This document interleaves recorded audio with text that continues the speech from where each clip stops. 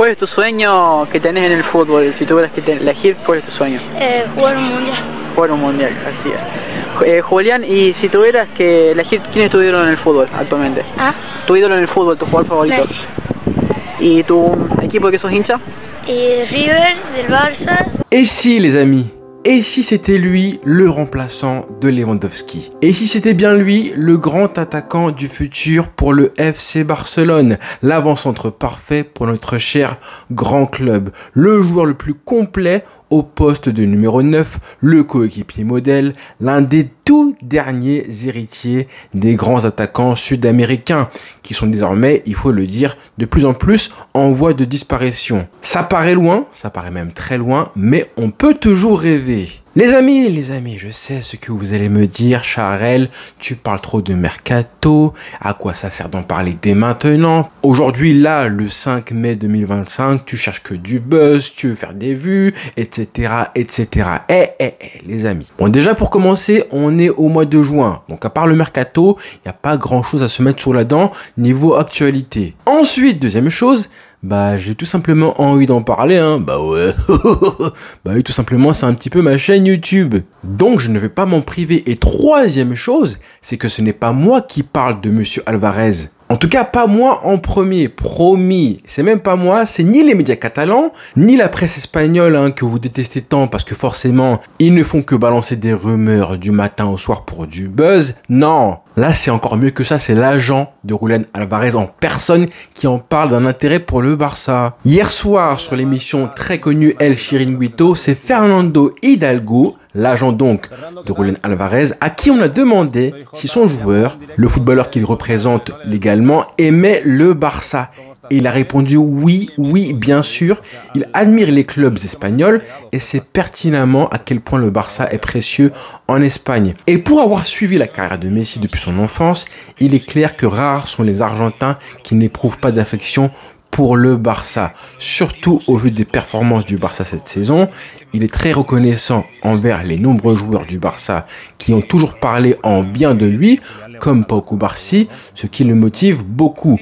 Aujourd'hui, il est à l'Atlético Madrid et il est très heureux ici, tout comme l'Atlético est heureux de l'avoir. On verra comment les choses évoluent. Le football évolue tellement vite et de bonnes choses se produiront. Alors les amis, oui, c'est clairement ce que j'appelle moi un appel de farm gigantesque. Donc oui, j'étais obligé d'en parler. Oui, je suis une victime de la presse people et des ragots balancés par les médias à buzz comme Chiringuito. Oui, je l'assume. Mais comment ne pas être hypé au moins un petit peu par un tel appel de phare flagrant de la part de l'agent du joueur en personne qui sait très bien en plus que ça là, cette déclaration-là va être partagée dans toute l'Espagne, va être relayée par tous les médias. En plus, c'est Chiringuito. Eux, on les connaît très bien. Ils maîtrisent le buzz comme très peu de personnes en Europe. Donc évidemment, ce n'est pas un hasard. Et puis quand même, on parle de Julián Alvarez. Donc rien que le joueur, déjà, ça m'oblige presque à devoir en parler. Surtout que là, on est face à un cas où Julián Alvarez fait parler de lui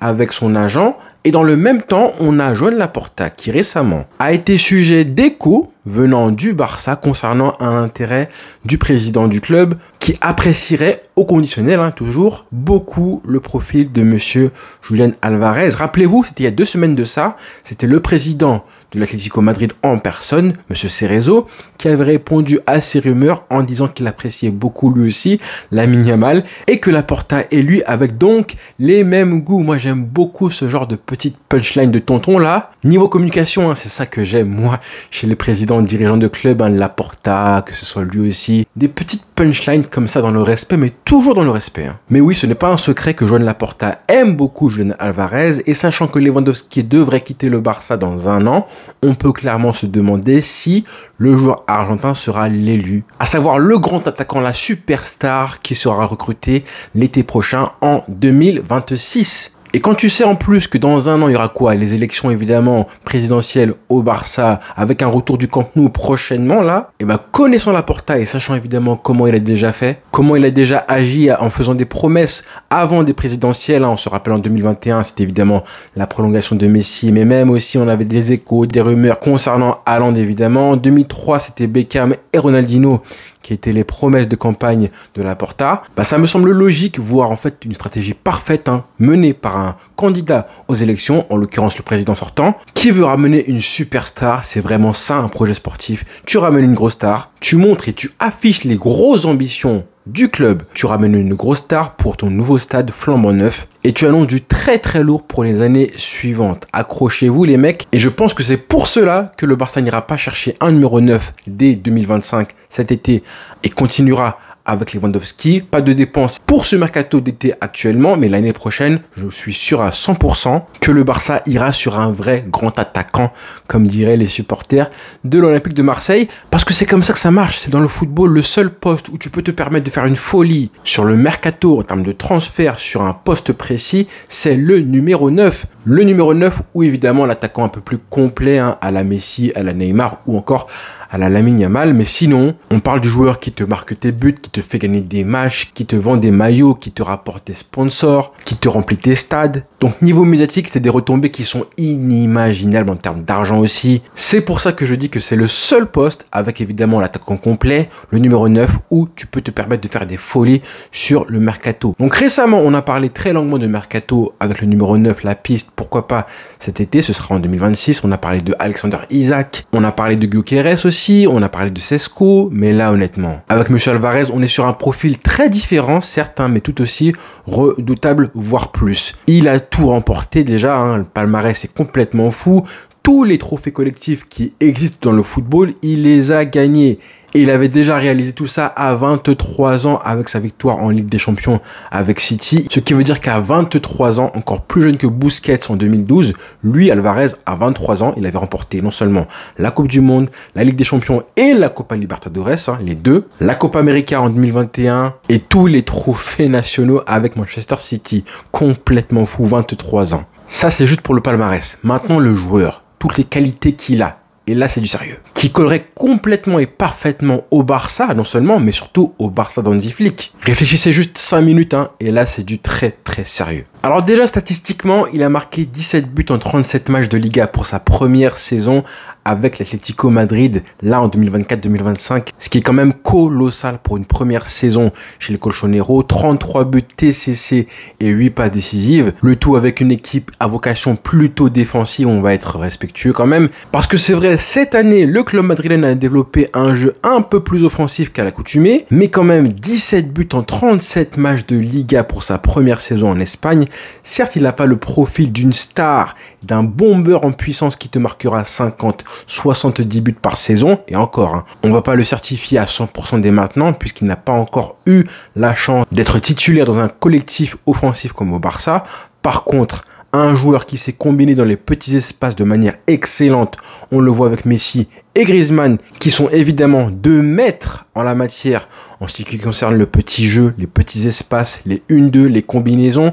Un joueur qui sait aussi partir en profondeur avec des appels de balles tellement intelligents, parce que ce n'est pas le plus rapide, c'est vrai. Par contre, il compense tellement bien avec sa science du jeu, son déplacement et son QI football XXL, qui est passé en plus par l'école de Pep Guardiola, de Marcelo Gallardo, excellent tacticien, et évidemment de Monsieur Lionel Scaloni. Un joueur qui a de la personnalité comme pas possible, qui n'hésite pas à tenter sa chance devant le but, qui possède une précision de frappe de porc, tout simplement, à savoir meilleur que 94% des attaquants de Liga. Je sais pas si on se rend compte de la chose. Selon les statistiques de FootMob, en gros, c'est un joueur qui cadre très souvent ses frappes, 41 tirs cadrés en 74 tentatives cette saison en Liga. Et on le voit encore mieux ici dans ce graphique proposé par DataFoot sur Twitter, qui montrait au 4 mai, c'était il y a un mois de ça, où en était Alvarez en termes de buts marqués par rapport aux occasions qu'il a réussi à se procurer. Et regardez, c'est hyper intéressant où il se situait par rapport aux occasions qu'il a réussi à se procurer.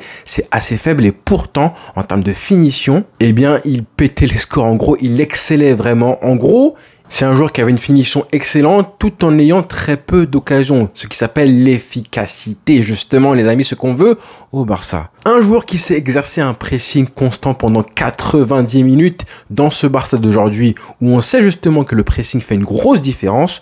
On le voit quand Ferran Torres se joue à la place de Lewandowski. Eh bien, je me demande si Alvarez, c'est pas tout simplement le meilleur attaquant au monde en termes de pressing, en termes d'effort. Réfléchissez un petit peu, 5 minutes, et vous allez voir que c'est fort possible qu'il soit vraiment le meilleur en Europe. Et vous imaginez à quel point Cholo Simeone adore ce genre d'attitude sur le terrain. Ce serait pareil évidemment pour Hansi Flick qui aime ça, les efforts répétés. Et lui, justement, on voit qu'il aime ça, aller au pressing, au duel. C'est pas comme si c'était un effort ou une demande que tu dois lui faire. C'est juste naturel chez lui d'aller presser. Et ça, honnêtement, c'est inestimable. Alors bien sûr, le plus important, c'est évidemment ce qu'il fait avec ballon.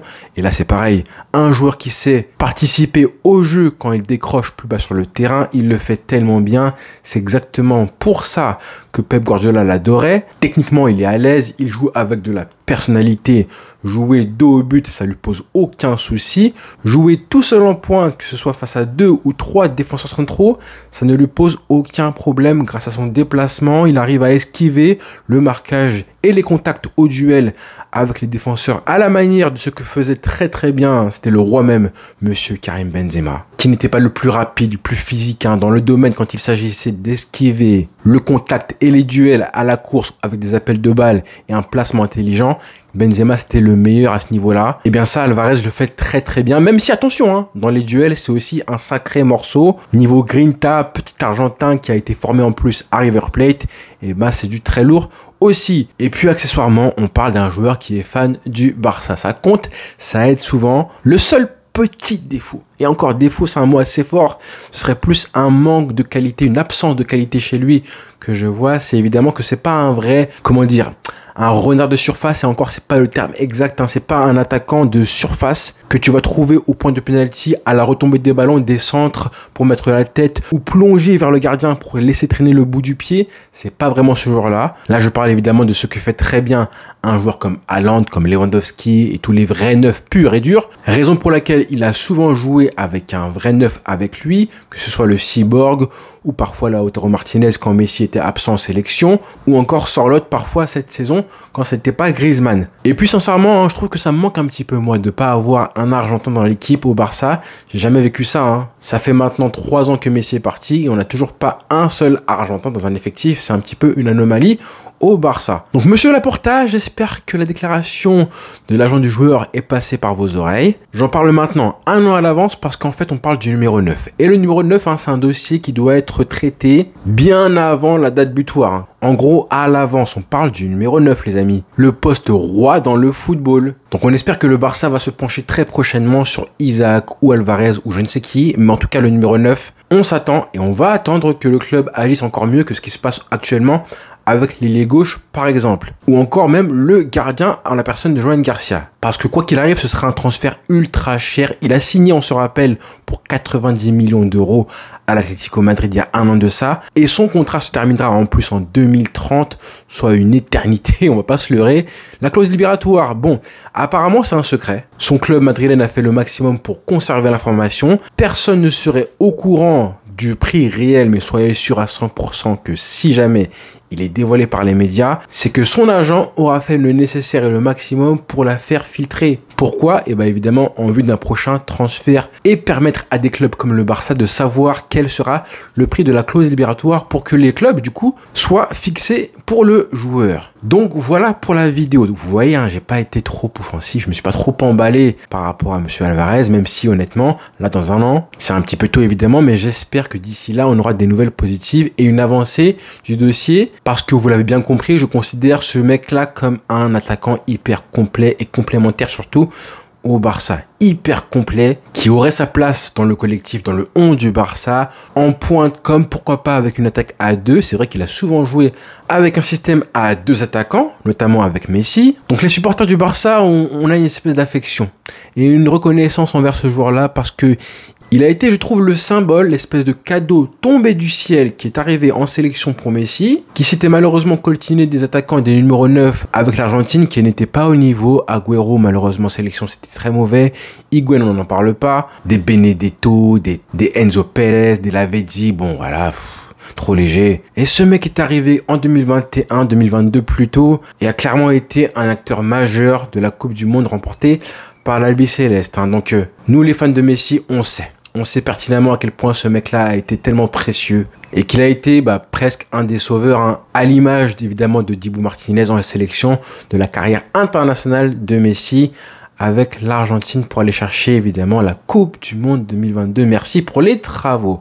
Donc voilà les frères, dites-moi en commentaire ce que vous en avez pensé de la vidéo, si elle vous a plu. Et évidemment, ce que vous pensez de Monsieur Alvarez au Barça en 2026. Donc voilà les frères. N'oubliez pas de vous abonner. Bonne journée à tous les frères et rendez-vous après la rencontre Espagne-France. Ciao.